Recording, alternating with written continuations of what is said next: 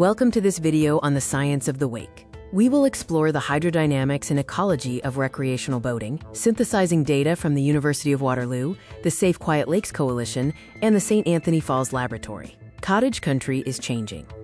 Rapid growth in the recreational boating industry has led to increased tensions regarding noise, safety, and shared space, with many residents supporting new no-wake zones to protect both people and the environment. There is a significant gap between surface perception and ecological reality.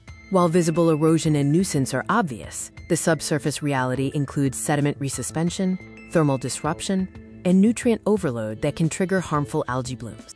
To understand the impact, we look at the anatomy of a wake. It is driven by three primary forces: bow and stern pressure waves, transverse gravity waves, and the powerful propeller wash, which can shear aquatic vegetation.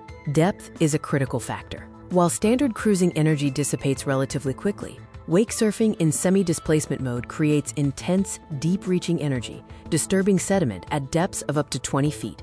The width of the lake, or fetch, also matters. On smaller, sheltered lakes, boat wakes become the dominant source of wave energy, accounting for up to 94% of total wave energy in some narrow environments. This creates an ecological ripple effect. Bottom scouring and nutrient resuspension, combined with premature thermal mixing, can create ideal, artificial conditions for negative water quality outcomes like algal blooms. Submerged aquatic vegetation is particularly vulnerable.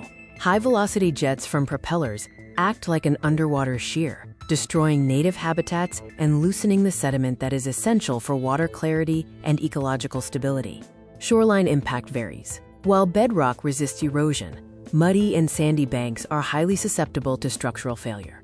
Additionally, transverse waves can wash deep into marshes, displacing wildlife and destroying sensitive fish spawning beds and bird nests.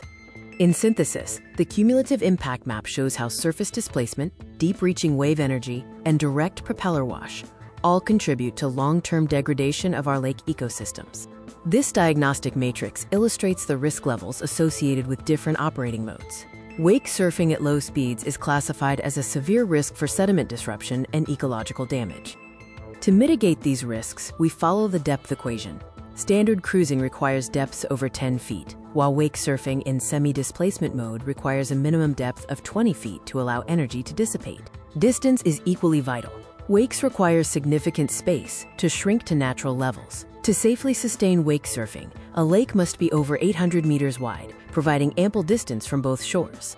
Regulation is evolving globally. From local speed limits to Transport Canada's focus on empowered municipal restrictions, the goal is to implement science-backed rules that protect sensitive aquatic environments. In conclusion, the Boater's Code is simple. Slow down in narrow or shallow areas, seek the deep center for wake sports, and protect the margins. Responsible stewardship ensures our waters remain clear, safe, and vibrant. Thank you for watching, and please remember and implement the Boater's Code.